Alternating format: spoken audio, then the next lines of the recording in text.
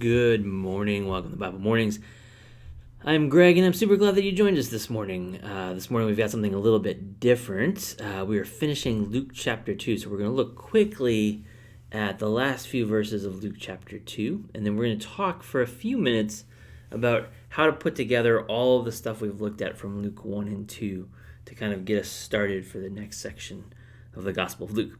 All right, if you're new this morning, this is Bible Mornings. We usually talk for about 10 minutes, looking closely at a specific passage, and so we're glad you're here. We hope you enjoy this. We hope this is something you can come back and use every day, or almost every day, to be fair. I don't record every day, but close. So we are in the middle of Luke chapter 2. If you want to join us, please do that. Before we get started on that, though, let's pray together. This is the prayer we say almost every morning, and it goes like this. From the cowardice that dares not face new truth, from the laziness that is contented with half-truth, from the arrogance that thinks it knows all truth, good Lord, deliver us. Oh, my dogs are going crazy. For those of you who are long-time followers along of this deal, you know that my dogs every once in a while lose their minds. Give me a second. Let me knock on the window and see if I can get them to stop.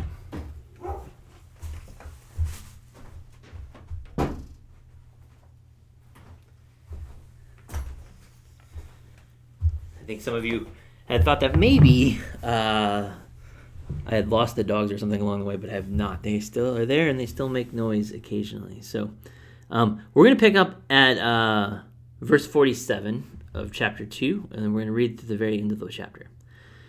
And all who heard him were amazed at his understanding and his answers. When his parents saw him, they were astonished, and his mother said to him, "Child, why have you treated us like this? Look, your father and I have been searching for you in great anxiety." He said to them, "Why were you searching for me? Did you not know that I must be in my father's house?" But they did not understand what he had said to them. Then he went down with them and came to Nazareth and was obedient to them. His mother treasured all these things in her heart. And Jesus increased in wisdom and in years and in divine and human favor.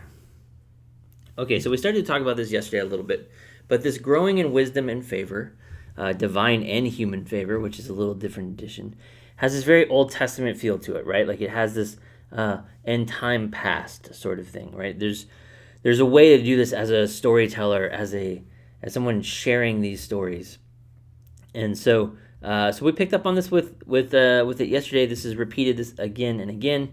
The other phrase that's repeated in this passage is his mother treasured all these things in her heart. We continue to see people being amazed at Jesus and saying amazing things about Jesus, and then we continue to hear that his parents are amazed, and then Mary continues to treasure and ponder these things. And it's beautiful, really, right? Like it's a really pretty picture, and especially for us, 2,000 years later, knowing who Jesus is and knowing what Jesus accomplished. And Mary had some idea of that for sure in these passages, right? But in hindsight, being able to look back and recognize that she's saving these stories, she's remembering these things, she's cherishing these things, that's a huge deal. The other piece there, and this is, I think, fairly significant, is that even though she treasures all of this stuff, right, all of these stories of Jesus as a young child and him growing and the things people keep telling him, these are the only ones we have. This is it. Right? This is all we have. And so this one, you sort of feel like some people have argued that Mary maybe told Luke this story, and that's how it got in the gospel and not the other ones. And she might have, right? Like you could sort of hear a mother saying, "Oh, I have to tell you this amazing story about when Jesus was little," right? Like here's a story that will totally make sense to you out of what Jesus is doing. All right. But now, let's ask a different question. The question we've been asking all through chapter 2, and really chapter 1 to some degree, is how does Jesus become king, right? We've argued that Jesus is king, right? This is something that Christians have argued forever and sort of believe instinctively. But what difference does that make in how we hear the Gospel of Luke? What difference does it make in how Luke is told, right? And those, I think, are an interesting set of questions. So if we look back over Luke 1 all the way through Luke 2, very little of it is actually about Jesus specifically, right? That most of what's going on are all the people around Jesus. So there's stories about Mary and Elizabeth and Joseph and Zechariah, John the Baptist a little bit, right? Like, we have all of these amazing sort of stories, but we have very little specifically Jesus, right? The only real thing that Jesus does besides being born is he doesn't tell his parents he's staying at the temple, and then he has this sort of prodigy moment in the temple.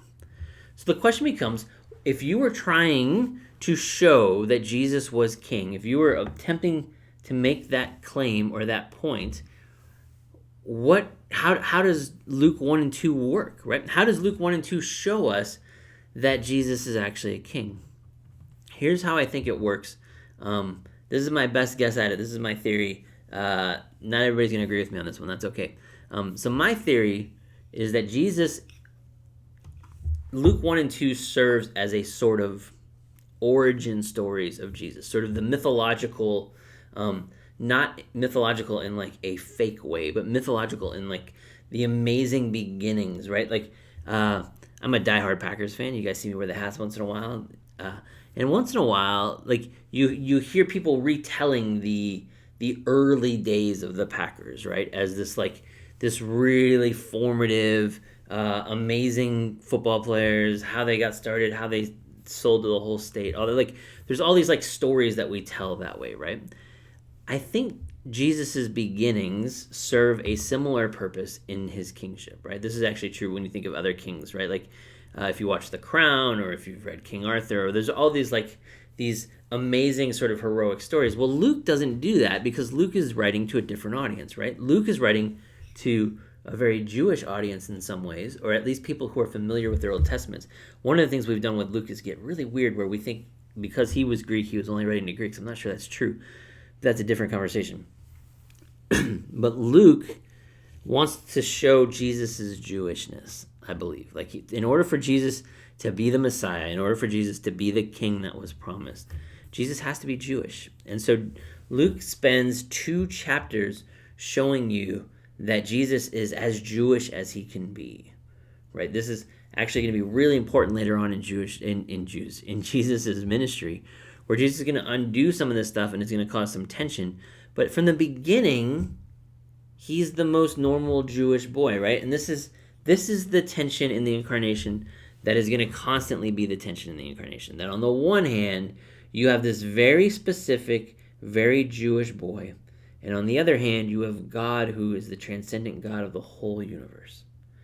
And those meet in the incarnation. And that meeting is this divine mystery and astonishing sort of hinge point on which all of history is going to hang. That's what's happening in the incarnation. That's what's happening in the first 2 chapters, is that we don't get the first 2 chapters where Jesus' mom is a queen and so Jesus becomes queen. That's not the way this is going to work, right? This is not what Jesus is up to. The opposite of that, right? That we need the specificity of Luke chapter 1 and 2. We need to know Jesus' family. We need to know where he lives, who his people are. Because without that, then Jesus can't actually be king for the Jews, right? And if he can't be king for the Jews, then he can't be king for the whole world. That's how this works. So that's, I think, what's happening in Luke chapter 1 and 2. There's going to be a pretty abrupt switch from Luke chapter 1 and 2 to Luke chapter 3. And going forward, where all of a sudden, we're not going to be talking about Jesus as a child anymore. We're going to be talking about Jesus as a grown man. Jesus who's going to be doing some discipling and rabbiing and teaching. And so we're going to get into that later. Later this week, probably not tomorrow, probably Friday or maybe Monday, we'll start in on Amos, which is a whole new book for us, and we haven't done an Old Testament one yet, but be on the lookout for that. I think that one's going to be a lot of fun. I hope you enjoy it.